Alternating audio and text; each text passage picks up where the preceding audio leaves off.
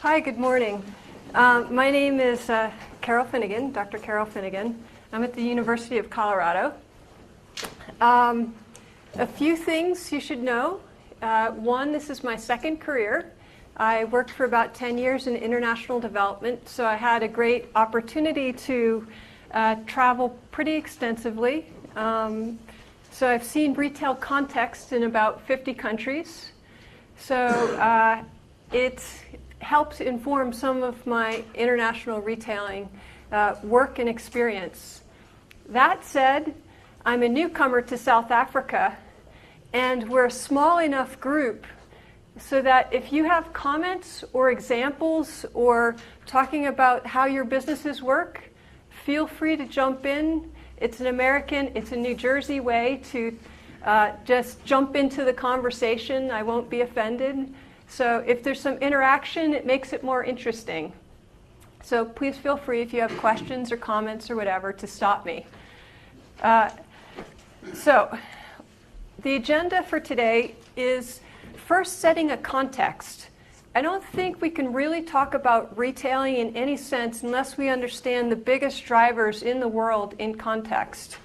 And I say these are global things, but these are already happening in South Africa too. It's just a different scale of expansion in some of these things. How companies, the biggest companies on the planet, of which there are 4 or 5 South African companies on the top 200 list. So South Africa actually has a quite good representation of the largest retailers on the planet. Look at some of the top South African, not all. I didn't have data for Woolworths Australia, but I have the other 4, so I wanted to just show you and compare a little bit, and then talk about some of their expansion in Africa and some of the responses to expansion. So if you're worried about a giant retail chain, whether South African or international coming in, what are potential things you can do in advance? One of them you're actually doing already is you're learning about what's happening in the world, whether it's going to happen here shortly or not. So context, what the environment, how it's transforming. For me, I go to the largest retail trade show in the world each year in New York. It's called the Retail Big Show. And global retailers and manufacturers come from around the world and talk about what's happening and what CEOs of these giant companies, you know, they started out, I think last year with Coke, the VP of marketing for Coca-Cola. It was pretty cool. Talking about how he interacts with the largest retailers and things that he's worried about in the supply chain. So these are the kinds of things that come up regularly in those kinds of discussions. So it's not just the store anymore, is the basic lesson. So we have retail chains, but the physical store is only a fraction of how retailing is occurring these days. Can I ask you a quick question? How many in this room have bought something online? Guarantee you within the next 2 years, every single person will have bought something online. Does it also include services? Yeah. So I should tell you my definition of retailing. My definition of retailing is any business that interacts directly with consumers. So a B&B is a retailer to me. My advisor in business school, she thinks retailing is the Pick and Pays of the world. They're definitely retailers, but it's a big, wide world. So you have to develop your non-store channels. And this isn't a big company phenomenon. This is an all-company phenomenon. You adjust to what's possible for your business and your finances if you're a small business or at large.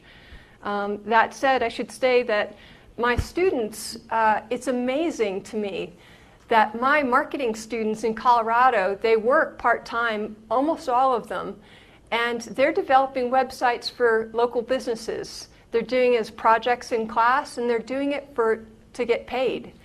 So the kids in the back, they're dragging the rest of us into the future. And this is the source of employment and opportunity and interesting things for the future. So 3 big channels that are affecting retail today. There are many more channels. You could have kiosks. You can have catalogs. So many channels. But the 3 really big revenue drivers are digital, meaning anything on a PC, mobile, phones and tablets, and stores. The really interesting thing is mobile to me because that's the game changer on the margin. I'll show you some numbers, but honestly, within the next decade, it'll change the face of retailing. If it grows up to be such a large percentage as being predicted today, these mobile apps are going to drive 1/4 of our sales. That changes the game. And it also changes a lot of things, how people shop. So I noticed that there's lots of different ways to shop in South Africa, including mobile. But department stores, one department store that was really compelling, this is a pretty small business. It sounds big in terms of the numbers. It's a $4 billion department store chain. It's investing in the next 5 years $1 billion on transforming itself because of the digital and the mobile. And it has to do organizational changes to make sure that we're all the parts of the business are connected, and a lot of technology revamping, because if they had big computer IT investments, they don't necessarily handle the new technology requirements, and they don't size up to the amount of data we have. That to me is pretty striking. That means that that business believes with all its might that it won't be around in a couple of years if it doesn't invest 1/4 of its worth. And companies around the world are making that kind of a bet because they honestly believe it's already a story that's been told. It's just folding out how quickly it unfolds. So huge. And they started to convince themselves, and as marketing managers, to convince everyone else in the company that multiple channels are important. They started looking at sales. And they looked at how much people buy by channel and then combined. And they found that people who shopped in more than one channel, those customers spent 3 times more on average than customers who came in and shopped just in the store or just online or just in mobile. That's compelling because in the marketing realm, you have to be able to show the revenue potential in order to justify the expense. So that's the kind of convincing arguments that they're making, and most companies are going through variations of this. So as we evolve from the single channel, which is almost always stores, into multi-channel, let's say we add on e-commerce. So we have a second channel. But usually these businesses operate as separate entities. They have separate staffs. They sort of talk to each other, but the way they make money, the way they spend money is all separated, different divisions.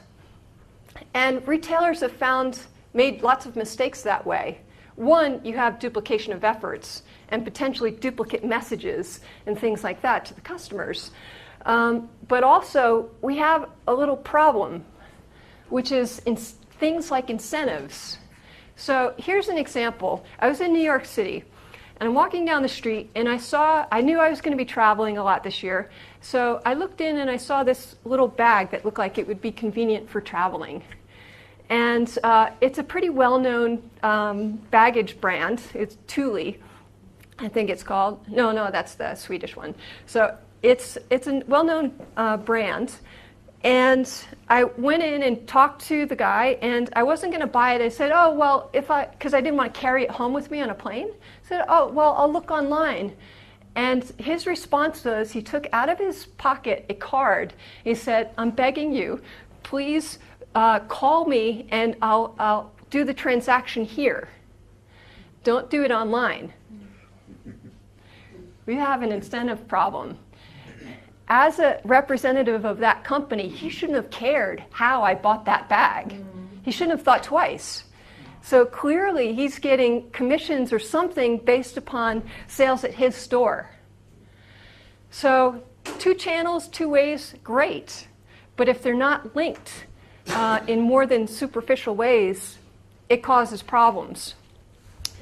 So the response to this, and I should say that it's more theoretical than actual. There are companies that don't actually implement this fully yet, but this is what all the big companies are going towards. This idea of omni-channel, which is they're actually reorganizing companies to make sure that they create HR systems to incentivize everyone's purchase. So the interface to the customer, it doesn't matter how we get to them. It should be equally beneficial. They're going to get a sale, hopefully. So reorganizing the reward structures for staff, reorganizing their IT systems and how they integrate, and making sure that they can talk to each other. So it's no good that there's one database here that doesn't actually talk to this database there. As a company, we actually need to merge all of this stuff together so that we can better react to what people want from us. Seamless service without thinking to the quality that they expect. So omni-channel, a formal definition, total customer experience delivered through seamless interconnectedness of digital, mobile, store, and anything else that comes up along the way. Any other new channel. Doesn't matter how they get to us or how they travel as they're talking to us and interact with us. It's all the same. It should be all the same. And if you'll allow me, I'll show you one quick example to try to get you thinking about the future of shopping. Now, some of this seems a little far-fetched, maybe, to some of you, but I guarantee you that every single technology that you're about to see exists. Not every technology is viable because of the cost at this moment, but everything that you'll see in this video exists.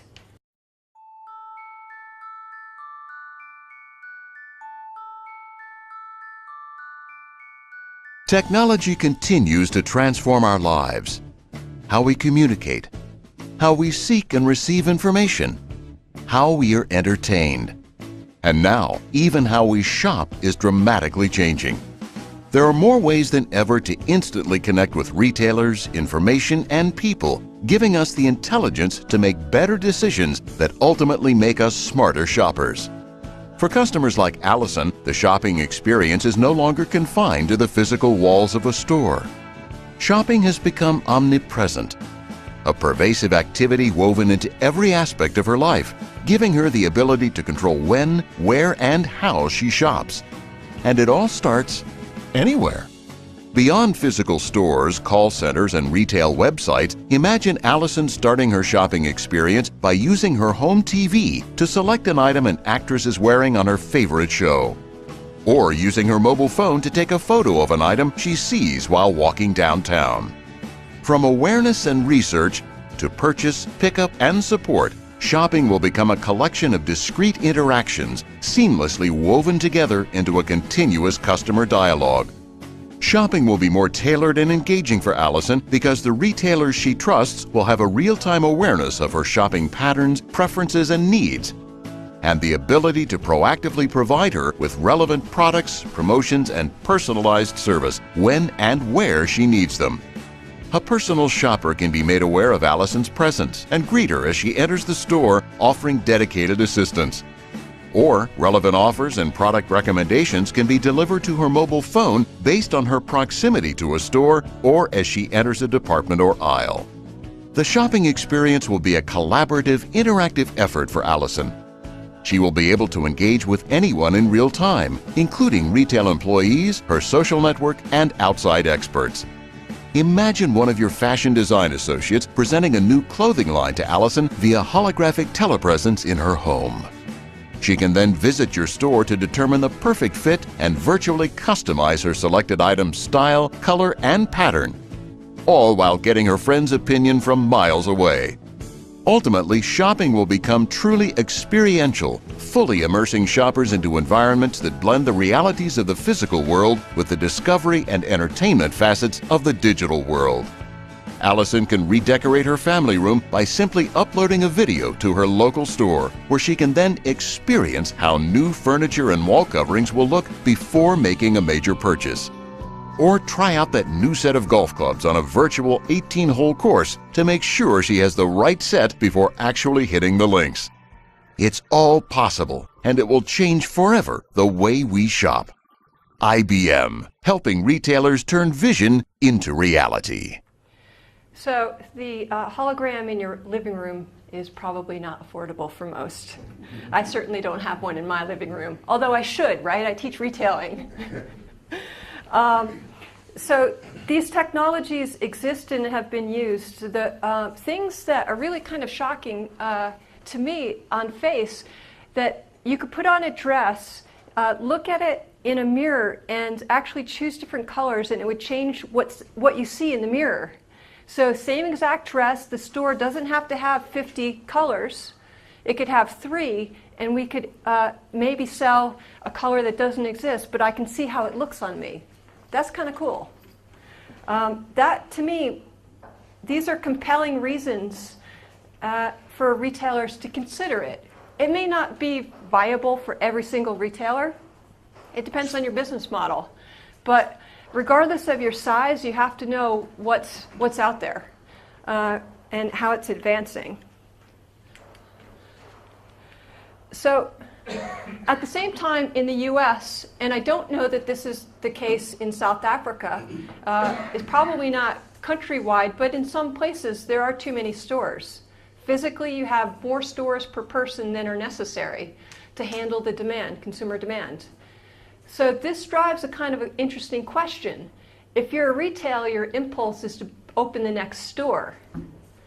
But really, if you know what's happening 5 years from now that's radically changing, how would you invest your next rand? And that's why you need to keep in mind the overstoredness of your area and where you're working, and also how the mobile technologies and the digital technologies are coming up quite quickly to change the industry. And it's already here. I mean, you can see this is from Woolworths. I took a screenshot today and just threw it up there. Shopping online, add basket, checkout, so they have payments, and deliver to your door. So they've done it all.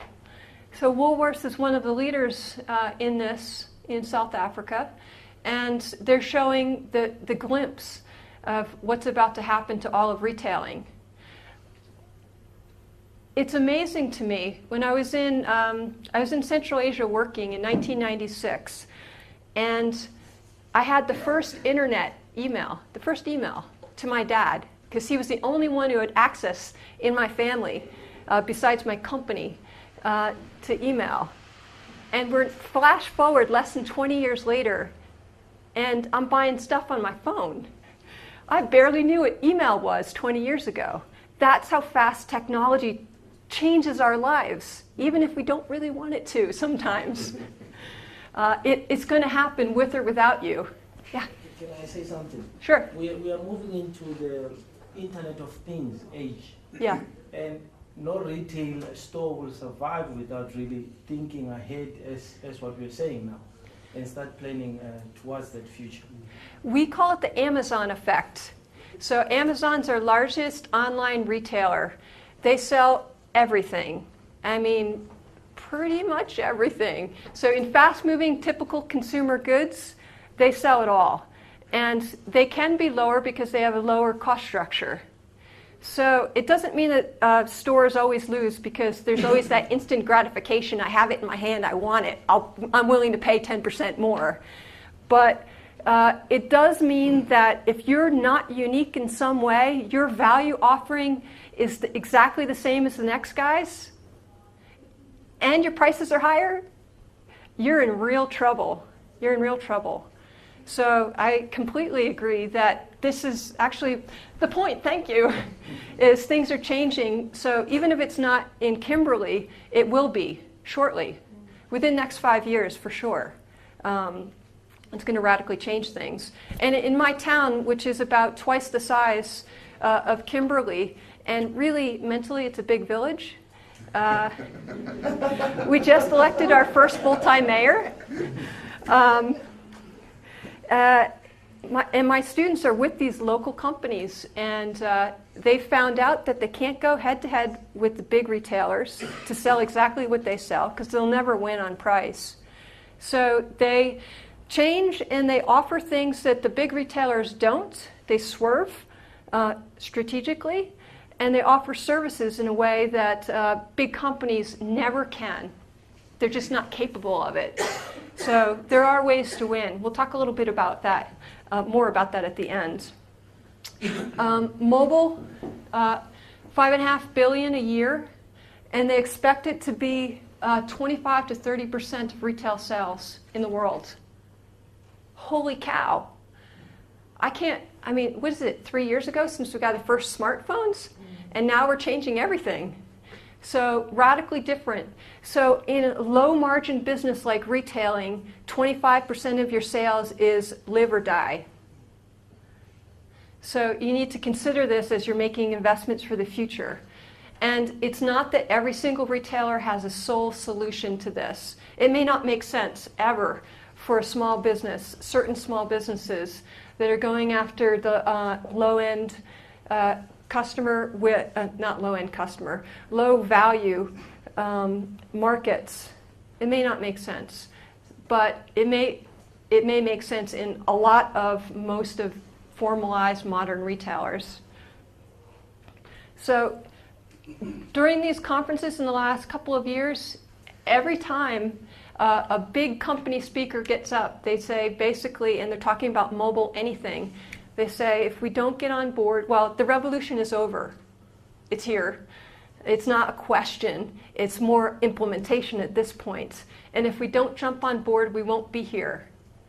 And you're talking, these are people who are heads of $10 billion or $40 billion companies, and they have this make it or break it, which I find scary and fascinating, academic part of it.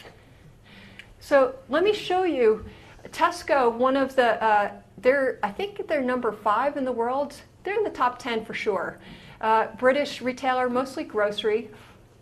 Let me show you their reaction to a problem they were having when they moved to, opened up offices in stores in South Korea. They weren't competing well. They had a problem. They were at a make it or break it, i.e. leave the country and lose tons of money, moment. So here's what they did. And I should say that Asia is ahead of the rest of the world in terms of mobile. No question. They're at least 5 years ahead of the US. South Korea is a unique market. Tesco has been evolving itself, adjusting to the local market. It even changed the name itself from Tesco to Home Plus. And at last, it grew to rank number 2 in Korea. But Tesco had to overcome one obstacle, a fewer number of stores compared to the number 1 company, E-Mart. Mission: could we become number 1 without increasing the number of stores? We made an in-depth study into Koreans once more. Koreans are the second most hardworking people in the world. For them, grocery shopping once a week is a dreaded task. So we decided to approach these busy and tired people. Idea: let the store come to the people. We created virtual stores, hoping to blend into people's everyday lives. Our first try was subway stations. Although virtual, the displays were exactly the same as actual stores, from the display to the merchandise. Only one thing was different. You use smartphones to shop. Scan the QR code with your phone and the product automatically lands in your online cart.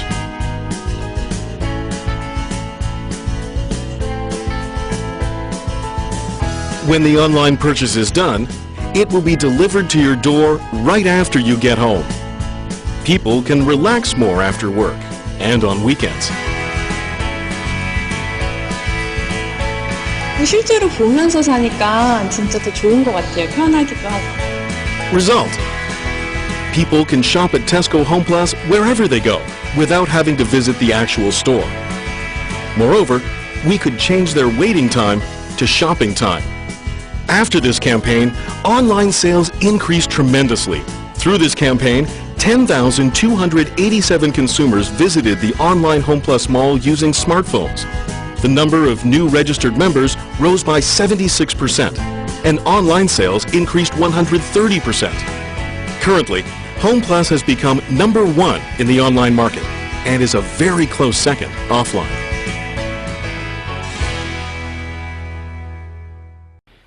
It was a little optimistic. They were struggling a little bit more than they would lead you to believe when this happens. But that's good marketing, right? This is amazing to me, that you could buy something in a subway. And it's kind of funny because if you put it into a New York City example, the subway kind of smells a little bit in parts.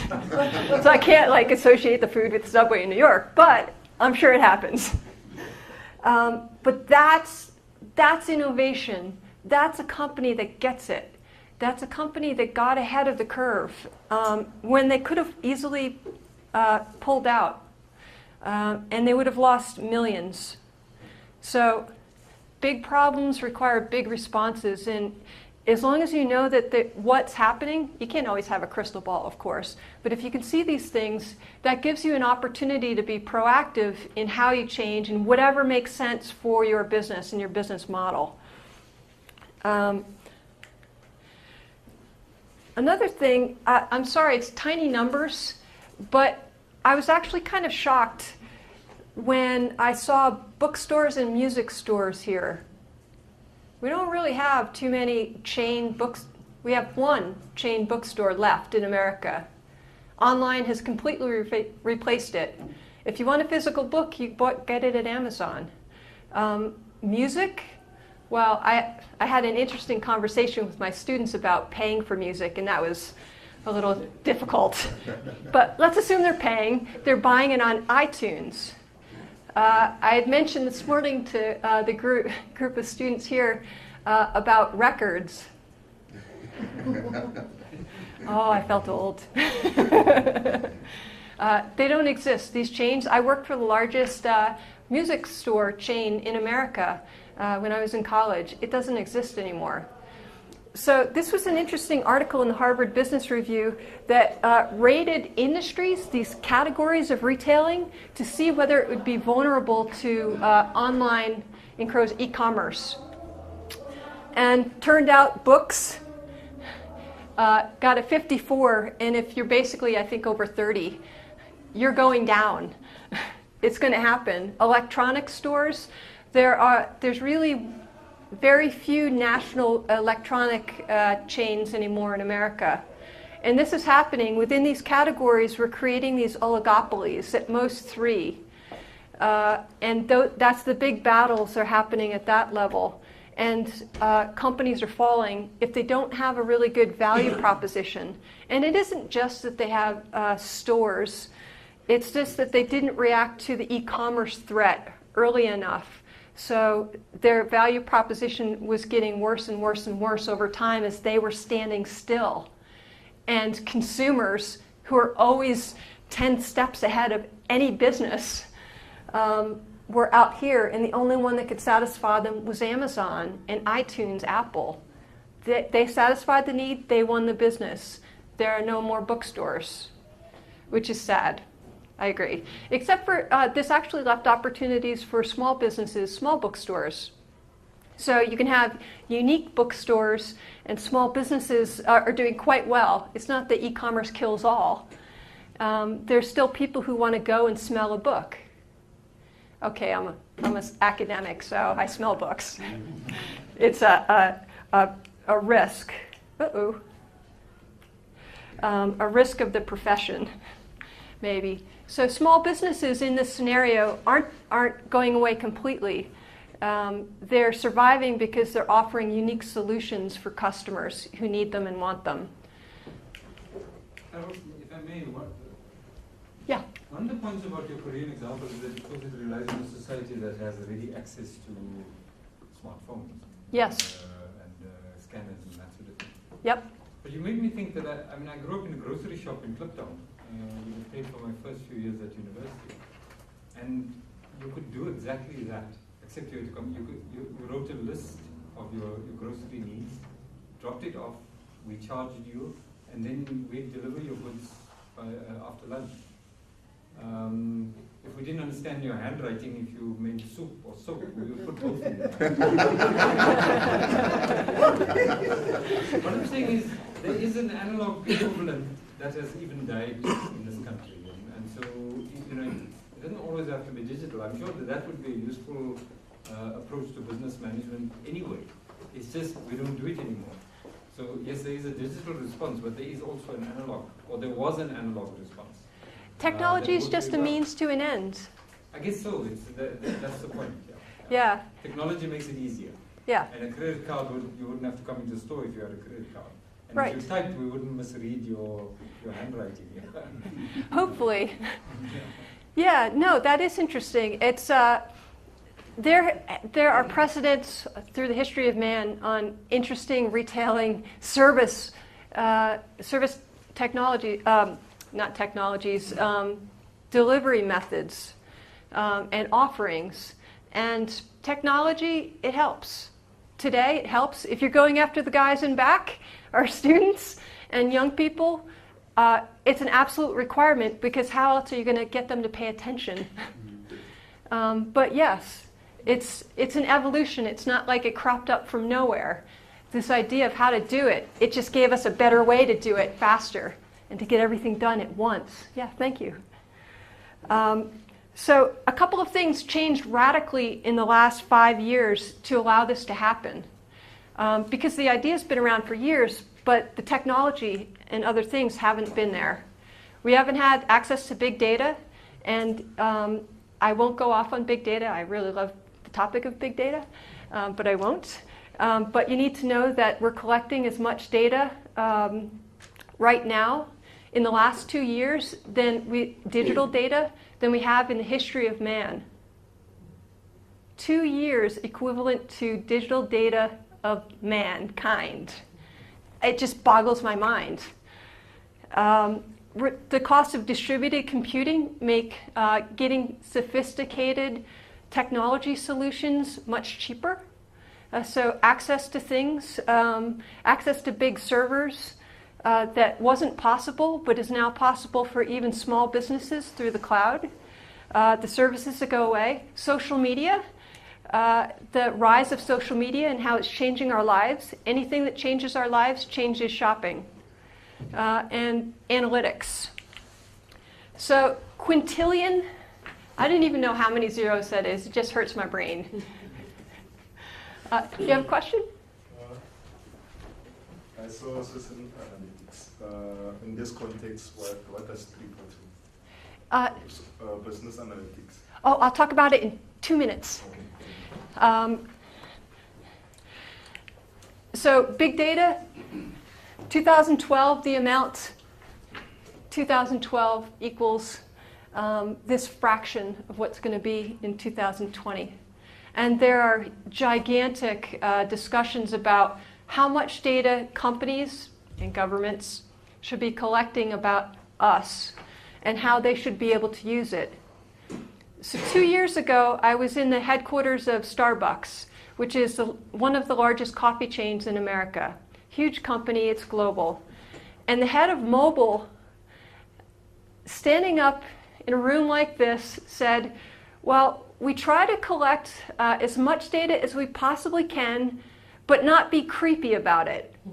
And I'm thinking to myself, I wonder what his definition of creepy is, because I'm pretty sure it's different from mine. So businesses, because there's no laws that have caught up to all of this data and how we use it, we've had our own little scandals in America about this on the government side. There's no laws that have, in America, there's starting to be laws in Europe that can handle some of this, but the technology is ahead of the legal system, and the privacy concerns are so complex sometimes. So if it isn't an issue in South Africa today, this privacy and data, it will be momentarily on your doorstep, because you've got the companies who are collecting that data, all kinds of data. So you've got access. I would hope that as a business, you first ask yourself, what do I need to learn? What business decisions do I need to make? And collect data based around answering questions rather than just getting a giant net and collecting all the fish, all the data that you possibly can. Because there's a cost to the data. It's a cost of storing it, the cost of processing it and analyzing it and accessing it, which is quite high. So you have access to data, 80% of it's not structured, which means it's pictures and other things that require context to understand. The analytics guys are working pretty fast to try to get ways. With pictures, they can tell colors, they can tell basic shapes and variations on shapes. So if you had 25 pictures of houses, they can recognize them as houses. So when they build algorithms to identify things like that, that means they could pull out data and put it into a cell in a database, and then it's usable. Right now, not terribly usable. You need a person to look at every picture to make some sense out of it. So it's expensive, but it's changing quickly. 97% of companies making more than 100 million are pursuing expertise in analytics. So we're getting to the analytics part. And because I'm in marketing, I'll share a little bit about marketing analytics, just as an example. But there's financial analytics, there's a whole realm of just the pricing part of analytics that is pretty amazing. In social media, actually, we were talking earlier, and social media is quite prevalent here. The students this morning, every single student was on Facebook or some other social media site. So it's here, and it's changing the way marketing is operating and how you control the message, if it's controllable at all. And if you ask the big companies, they would say it's only partially controllable. Before, you had these large companies and they said, this is who we are. And they controlled 100% of the message. Today, they're lucky if they can, it's like holding the tail of a dragon. They're trying to hold on and be proactive and actually deserve the message and live by the message that they project. And they get feedback from customers, from online experts, from competitors within legal realm. So I can compare my product, and each country has a different law on this, but I can't say necessarily in every single country that here's Coke, here's Pepsi, and we're better than you. So from place to place, how your competitors can compare themselves or change your message is in part legally limited. And what you put out there yourself, your advertising, promotions, PR, all of these efforts. So we no longer have control of the message, so we better live by whatever we think we are and project it. The analytics behind all of this is really interesting, and the social media aspects of this are changing marketing completely.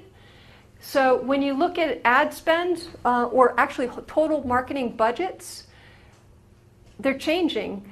So some stores that used to, some retailers that used to put 10% of their ad budget, or let's say 30% local businesses into newspaper, shift the spend and put it into social media. Now, with any of this stuff and any of these analytics, you have to make sure you answer the question for yourself. Did I actually generate more revenue by making that shift? But the shift is happening nonetheless. So you have divided ways to reach your customers and in your marketing budgets. Ooh, that went quite quick. So, biggest challenges, you have big companies with IT structures in place that aren't capable of adjusting for the future. They're just not capable. They're legacy systems that aren't used to talking to other systems. This is the reason for the big capital investments. You can rent, even as small businesses, cloud time to do things for you. So small businesses have opportunities to do research on a level that was never possible before. And analytics has gotten more sophisticated. It's kind of interesting to me. It changed from marketing analytics to all different sub-analytics within marketing in 1 year at the retail show. So it shows how quickly this is going. So let me just take one quick example. So marketing analytics, you want to know about segments. So before it was a pretty, the grand segmentation world was something like this.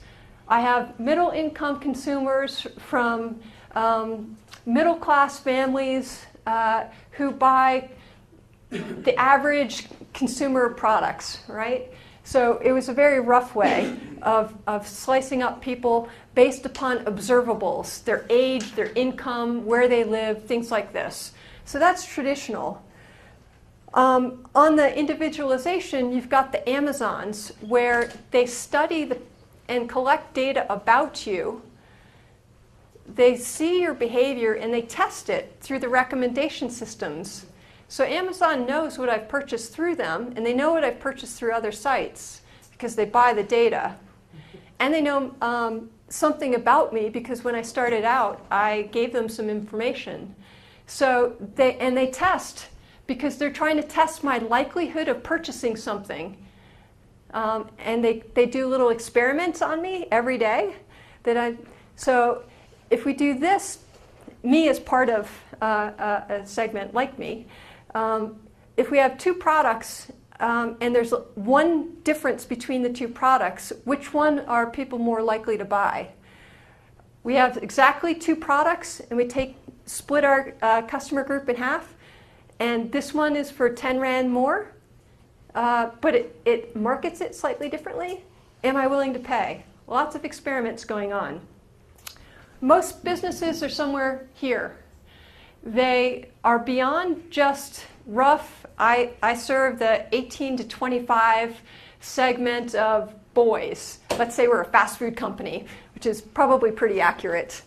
Now they're looking at lifestyle issues. They're collecting data from other sources and mining it together to get smaller groups to be able to deliver propositions, marketing propositions to.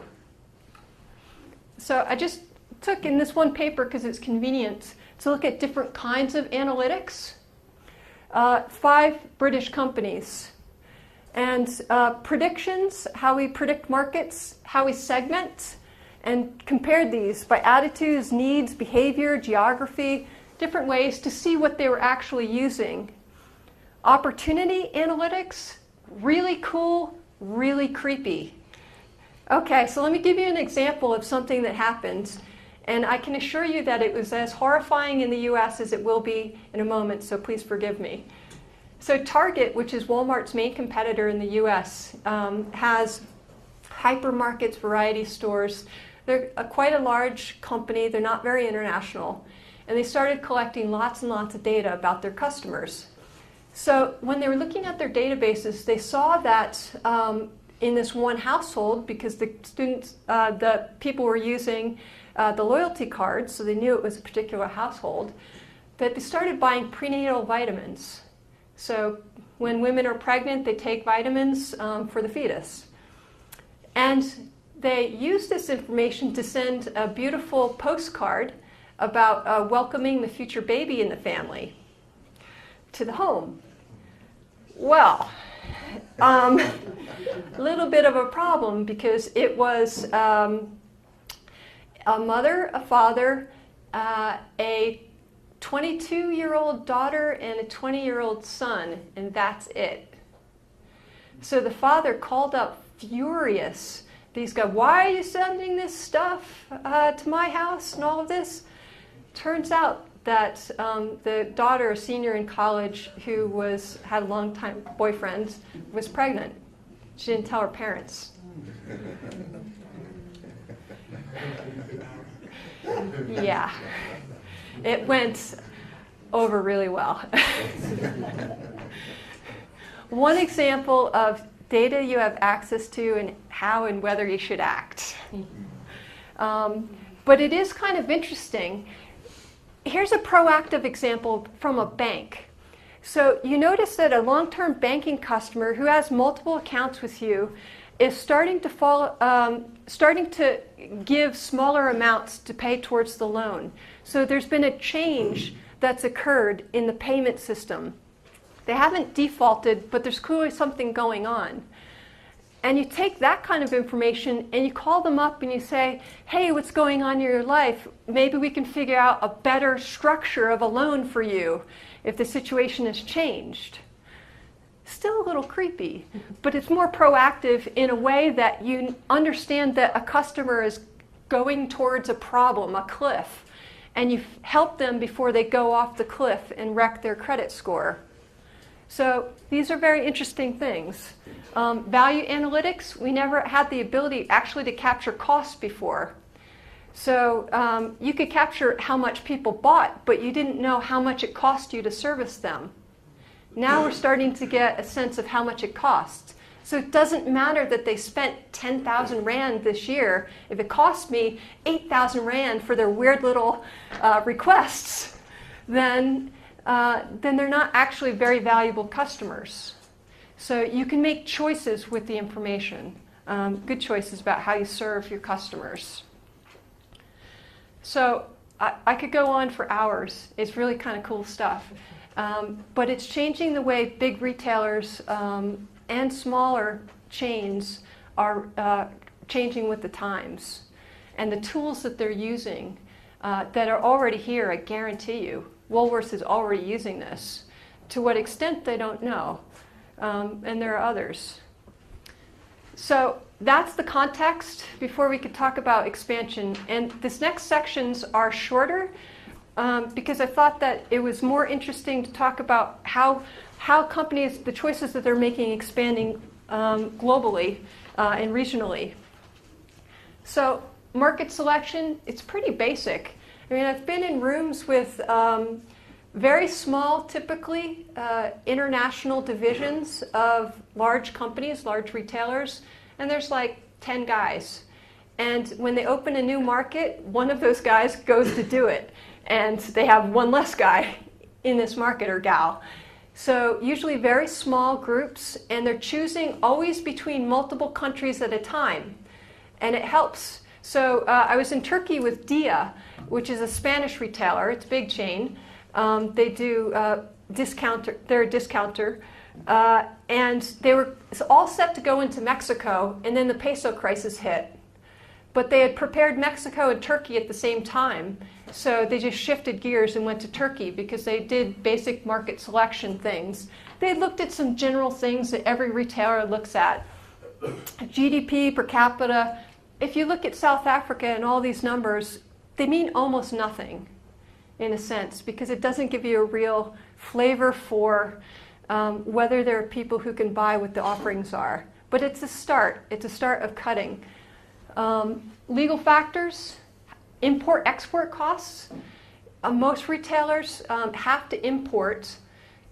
Legally, sometimes they're required. Right now in India, they're fighting. It's kind of a very unclear legal regulatory situation because the Indian government last year changed it at the national level to allow foreign investors in the multi-brand retailing, like variety stores.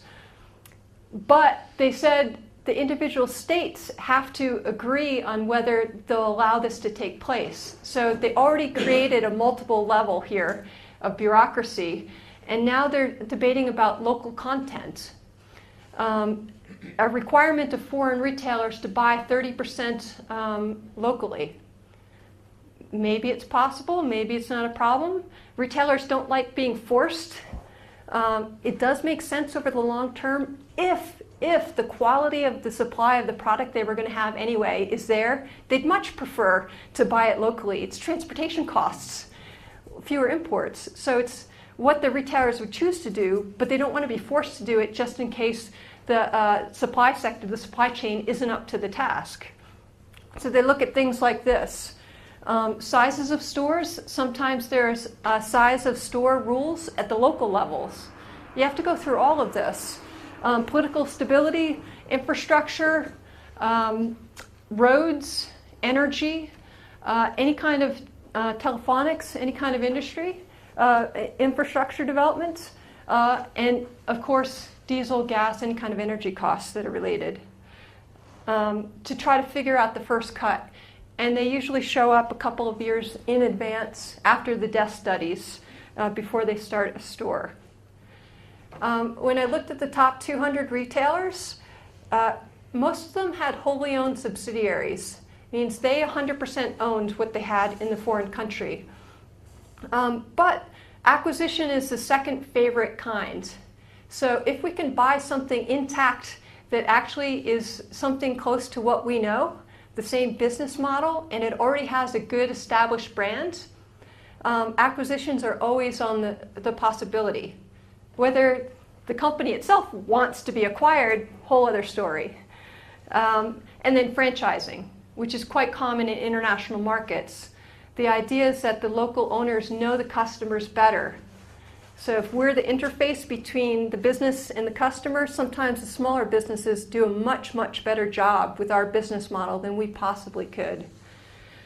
So although there are many other forms of ownership, joint ventures are a lot less than these. So for big companies, ideal acquisitions, same basic business that they do and they're really good at.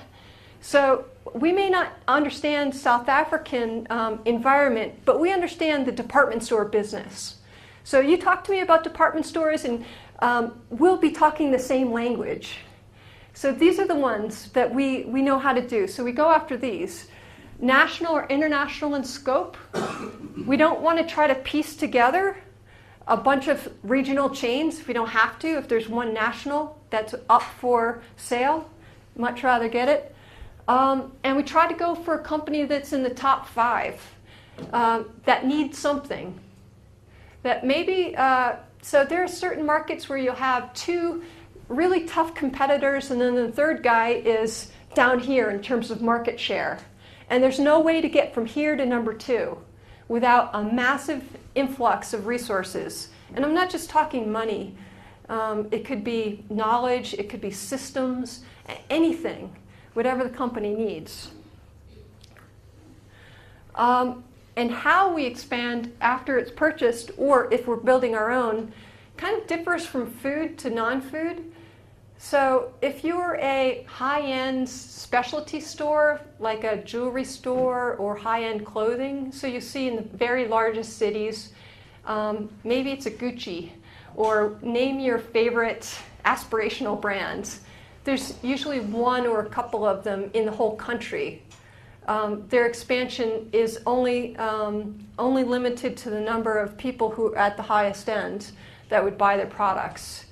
But the most of retail is about volume, sales volume. So, and food is a volume business. You're making a few rand on every purchase that you make, and the only way to keep afloat is to keep turning over that inventory as quickly as you can, as is viable. So it varies food to non-food. And it also, when you have non-food and it's not sourced in the home country, in the country, then the import-export laws are very important, the tariffs. And you're also obviously at risk because of exchange rate fluctuations. I was in Turkey when the lira to the dollar changed, I think 30%. And the electronics businesses didn't know what to do for a moment. Like they had to really think about how they priced their products, because all of a sudden their products, they started getting 30% less. So do they pass on the entire 30% onto consumers?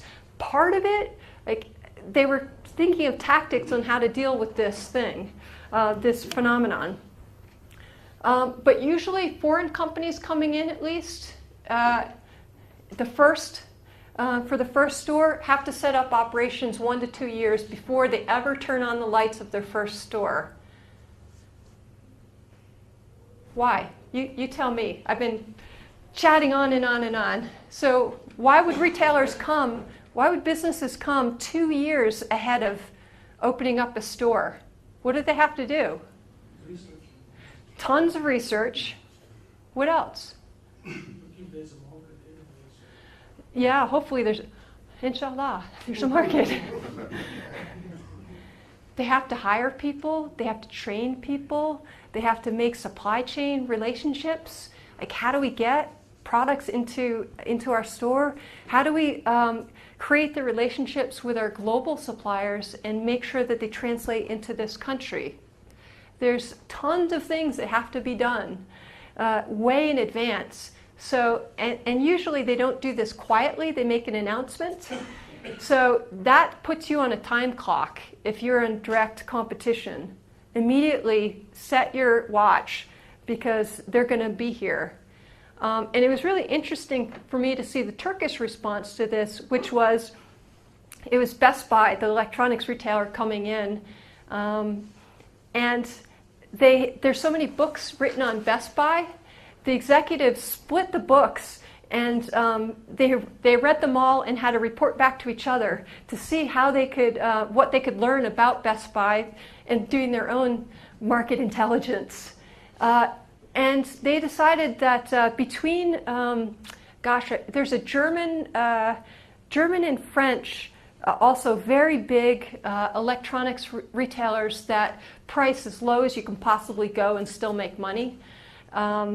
And they were coming in at the low end, and Best Buy was coming in sort of at the middle high end, and they decided to take their business and go above Best Buy so that they weren't directly paralleled. And this translated into everything that they did, how they designed their stores. It was really cool. You walk into their store and you're walking into a funnel, and in this plastic glass funnel, they had all the new innovative products that were coming out.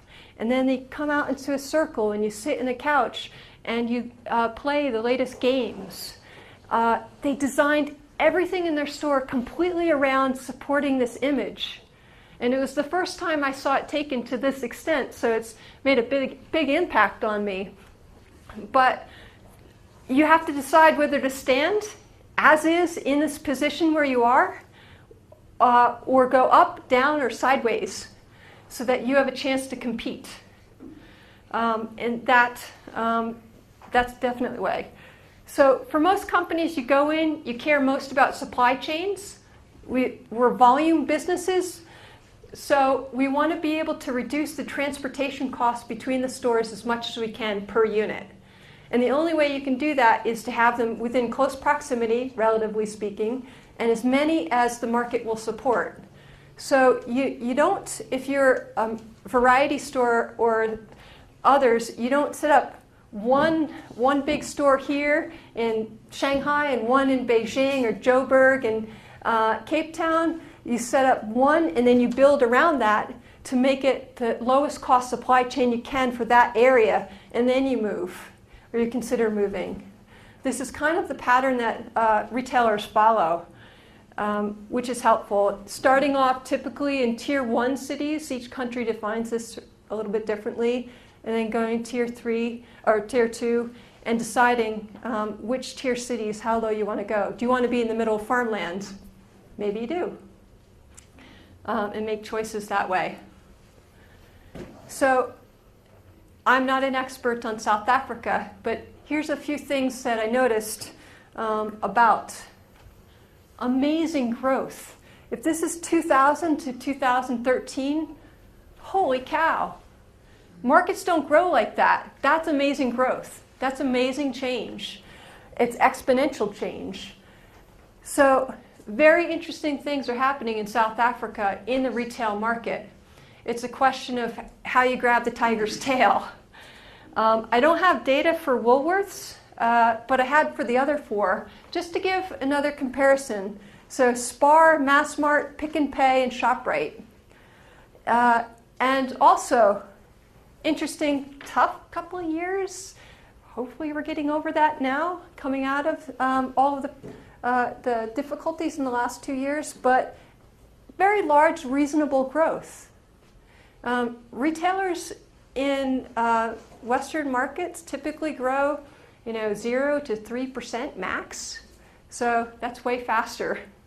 That's what makes South Africa interesting too, because you have higher growth potential, much higher. I stole where I could from their annual reports, African, and you'll see my own little check marks on the next. So just to get a sense of where in Africa ShopRite is, Pick and Pay, number of stores, and where they are. Spar, so Ghana, and then the typical pattern. Massmart, oops, didn't take that one out. Oh, where's the other one? Ooh, sorry. Oh yeah, and Mauritius, which is interesting. I don't know how that makes sense, but I'm sure someone somewhere can tell. Recent interesting things that have happened in retailing and service. So new companies coming in, wholly owned. They're building their own shops. These 2 companies, H&M particularly and Zara, they changed the fashion world with fast fashion. It's called the Zara effect in the clothing business because they changed. Buyers in department stores used to make plans 1 year in advance for what clothes they were going to have. And then Zara comes and upends the entire fashion business by saying, no, we're 1 year. How do we know what's fashionable in 1 year? We're going to go in a 6-week cycle. Completely changed the department store business. And fast fashion. And Forever 21 is also in the fast fashion business. So it's pretty interesting. It's fast, affordable fashion. And they build on this principle of scarcity where you have to buy it when you see it because exactly that thing won't exist 6 weeks from now.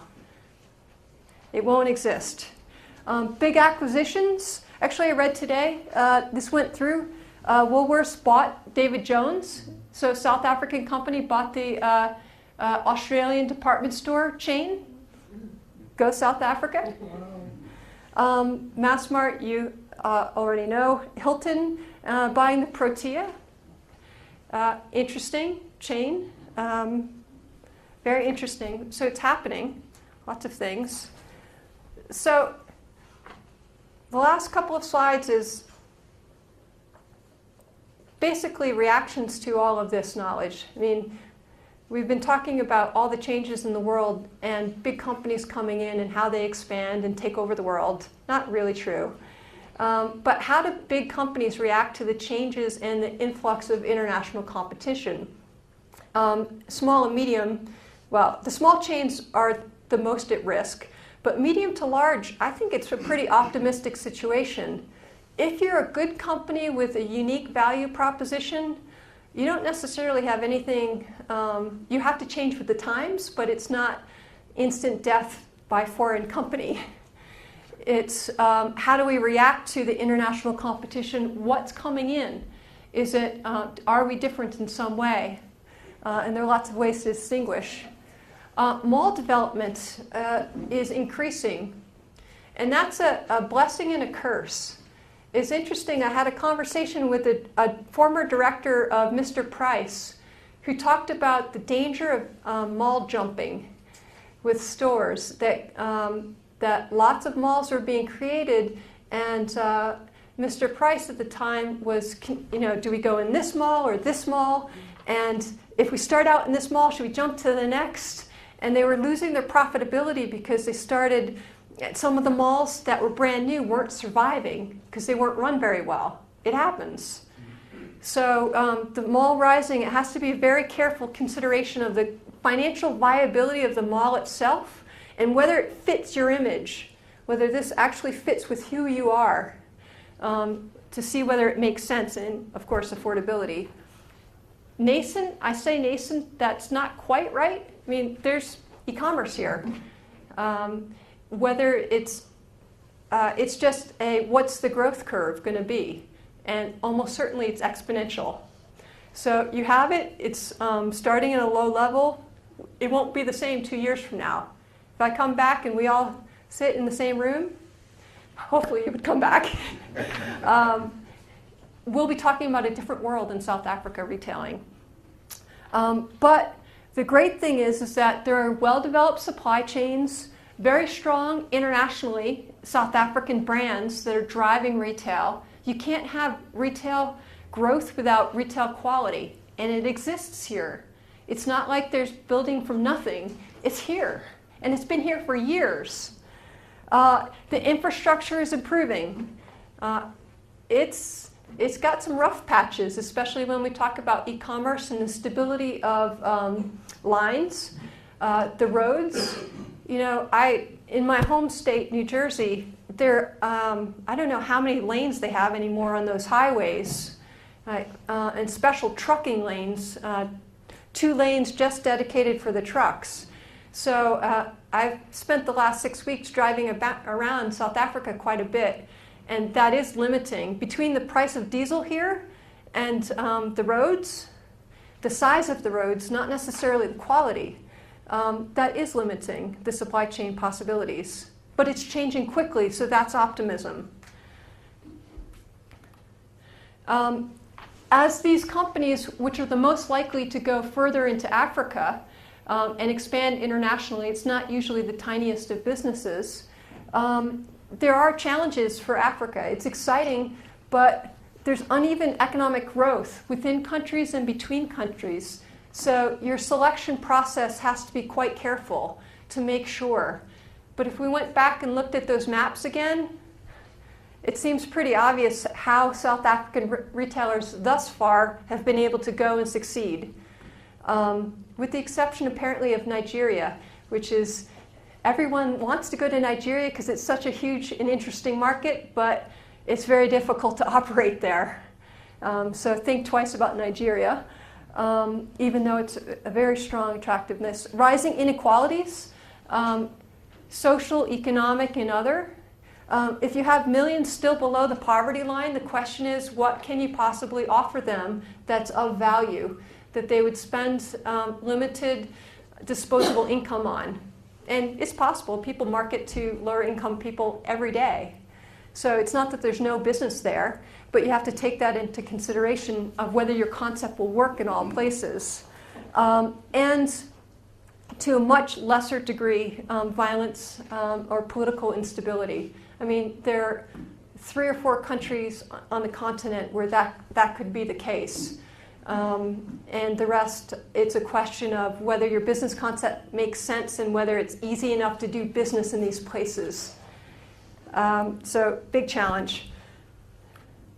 So for small businesses, and I'll leave it off after this, best defense, be unique. In the face of either South African or international or a combination of both, small businesses, they work in complement to large businesses. It's not that one crushes the other. Actually, as consumers, we need both. We need access to both. So the only time that small businesses lose is when they try to go head-to-head with the same exact products and no differentiation with the big companies. Then why should anyone buy from you as opposed to ShopRite? It's easier, cheaper, and it's more guaranteed. So divert, high, low, in between, offer different services. What the possibilities might be really depend upon who your customers are and what makes sense for them. We started out talking about big data. And big companies need big data because they don't know their customers as well as small businesses do. They know people. Retailing is about emotional connections a lot of times. So you don't have to simulate that. You have it. So that's an advantage. You can figure out innovative, interesting solutions to retail problems because you actually know the people by face. So use that to your advantage, how you can use that. Don't get in a price war with a big company selling the same thing. You won't win. That's a fact. But you can have good relationships with your key suppliers and your key customers. So if there was a limited supply of your most important product, wouldn't you want to have a pretty good relationship with whoever the main manufacturer is of that? I mean, these are simple business that any business person knows, but good relationships go a long way with your business partners and with your customers. Customers will forgive a lot of ills if they believe and love you a little, or a lot. So relationships are considered important. And the last thing, I just leave it off with this. Don't assume that you're too small to tap into technological solutions. It's amazing how the cost has been driven down in computing, in these analytics. Another thing, there are solutions. Social media, all you need is a Facebook or Twitter account, which they're not simple things because it's a marketing job to figure out exactly how you should craft the messages and the look and feel of these accounts. But there's an instant way that's free, practically.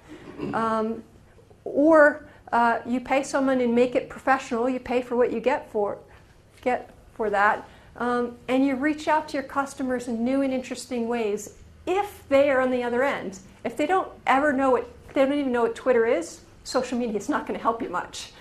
But a lot of people, especially under 40, are using some form of social media. So it doesn't make sense. So you should just start asking yourself questions. Does it make sense? I want to use an example of a B&B to end this because I think that they totally get it. The South African B&Bs, on average, are awesome. They are. I was sitting in my office in Colorado 3 months ago thinking about where I might stay in Mossel Bay, a place I have no idea. Like now I can find it on a map, but then it took me a while, to a business I'd never heard of. I went to tripadvisor.com, which is a social media site that's specifically related to travel, looked at customer recommendations on this B&B. They linked it with booking sites, booking.com, and I made the transaction. And with a leap of faith, I showed up in Mossel Bay, and my gosh, it really existed. It was there. And they were awesome. B&B's got it right. So this was a mom and pop shop. It wasn't like some vastly sophisticated chain. It was a family. But they got two elements right. They hooked in and they increased their business. They wouldn't tell me how much I asked. I just wanted percentages. And they got access to customers that they would have never had. I would have never shown up in Mossel Bay. Well, I might have shown up in Mossel Bay, but I would have never found them and gone up their street. So they had access, and it wasn't an extreme. It was a useful use of marketing spend to get incremental dollars. So with that, sorry I've been chatting all along. I'm used to more interaction. So please, if you have questions or comments or want to describe the South African experience, please, I invite you to ask any questions or comments. Yeah? Just want to get back to the data analytics. Uh-huh. Can you just comment on how privacy security issues are being dealt with? Big data and privacy. Privacy and because that will involve collecting information from the user. I'll go through a gray area first. We were talking about it this morning. It was a mall in San Francisco. What they were doing is they're tracking RFID data at the mall level, not the individual store, to see where people went. So I made my purchase, or anyone made their purchase, and they walked out, and they wanted to see and follow the path of people. So it's kind of interesting because there's a privacy expectation that no one is following you out the store and tracking your every movement, right? it's a little creepy. So some of the discussion is around that kind of stuff and security and where the line is. And other things are, let's say a bank knows your credit, well, they definitely know your credit score, how much money you have in the bank, and they collect data about you from other sources, probably Google. So they're collecting all of this stuff to better understand you, but how much does a company have a right to try to track your behavior in such a detailed manner? So I think every country on the planet pretty much is starting to have or has had these kinds of conversations about what's okay, and there's no common answer. So as a marketing person, I could make the argument that I'm just trying to help. I'm collecting all of this so I can make a better value proposition for you. Aren't I great? But whether you want me to know is completely questionable. We had one question here first.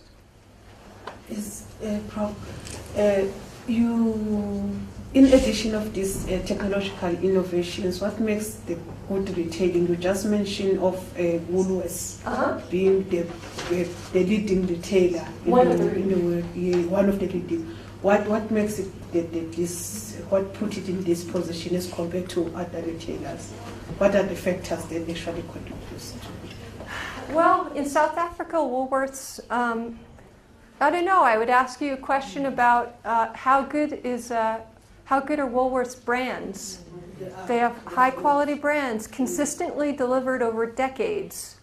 Can't buy that with a social media campaign. They've had a level of customer service that's endured. Not perfect, but so it's all of the things of doing retail correctly. And now going into the technological era, it's just an extension of customer service. So did that answer your question? So they're a good company. Yeah, they have a good strategy and they're a good company. Good brands, good customer service, not perfect. I've seen some Woolworths in Namibia that were deeply struggling. So, I mean, with a chain with hundreds or thousands of stores, you're always going to have a few that are struggling, but it happens. Yeah. You may be familiar with the province being as large as it is. And of course, the population density is being so low. Yes. Now, how do you make money in such a market? You've got logistics, you've got supply, you know. I would say ask a Canadian.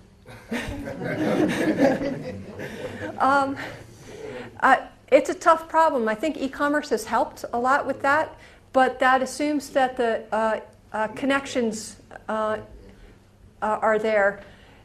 If you look at a heat map with retail activity, it's in Canada. It's not up here. It's down. So there are limitations, but you have to realize that companies like Walmart, they started in rural areas because they saw a need. So it's the entrepreneur that's maybe in this room today that's the solution to that problem of getting people access to good quality products at reasonable prices for things that they want and need. That's always a retail struggle, and that's the entrepreneur's challenge and duty to try it. Even our own web store started in Uppington. Web store, Ackerman's Group. Yeah? It started in Uppington now, but it's an African company. It's expanding throughout Africa. But it started in the area, in Uppington, in the province. Mm-hmm. So how did they grow up big enough to expand in Uppington? Because it's not a tiny city. Yeah, it's a tiny city, about 400 kids from yeah, I've been there. Yeah, okay. Yeah. The train started, with Mr. Ackerman. It was the Big and Big Group. All the great companies, they started as babies somewhere. Yeah, I wanted to also ask about the problem in Nigeria. I mean, we see lots of companies, especially Southern companies, are starting to withdraw from that market. For example, Woolworths and so forth. Yeah. So what is What are challenges there? Is it infrastructure? Is it? I think, Edward, you're more equipped to talk about that. I think she's already mentioned some of the issues there. Nigeria seems like a very difficult market for a number of reasons. You have issues of infrastructure, and you hear stories like ship product can wait at the harbor for months just to be cleared. And if you're in the fashion business, for example, your clothes will be sitting there running out of fashion. So that affects the process. And of course, you also have issues of strategy, and you can get things like whether your business formula or the format is suitable for that market in terms of how people behave. I'm not sure whether that helps. Because I mean, all in Africa, all saying that we need to increase business, we need to trade amongst ourselves. And so those are things that, I mean, as African continent, as African people, for example, like in Angola as well, I understand when the shipment comes, for example, for ShopRite, because the daughter of the president owns he's got some shops, some retail shops. So ShopRite is really struggling to get the goods. I mean, can I just clearance? Okay, just before you. Can I add it?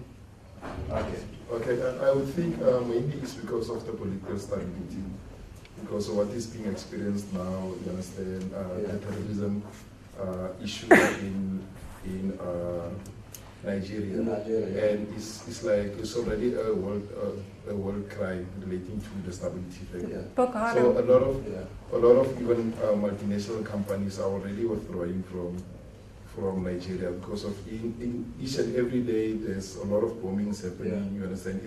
It's now the same as Iraq. It's in Africa. We still now have issues of terrorism now. And so part of it's also it's the practical job of staying in business when someone's bombing down the street. I've lived in countries like this, and it's disconcerting. But it's also a CSR. If most of your customers believe that things that are happening there are not right for whatever reason, or your employees are at risk because of this, the question is whether as a corporation you have the responsibility to not be there. And that you have to make that choice. And the corruption that inevitably follows and lives in that kind of a situation with political instability is inevitable. And an example of that is a boat sitting at the port for 3 months. I can remember my friend was running around. He was on a boat from Egypt to, I think it was Italy, and they were selling some kind of a produce, and they had that problem for a week. Produce rotted. Okay, can I jump in quickly? Please. Just on the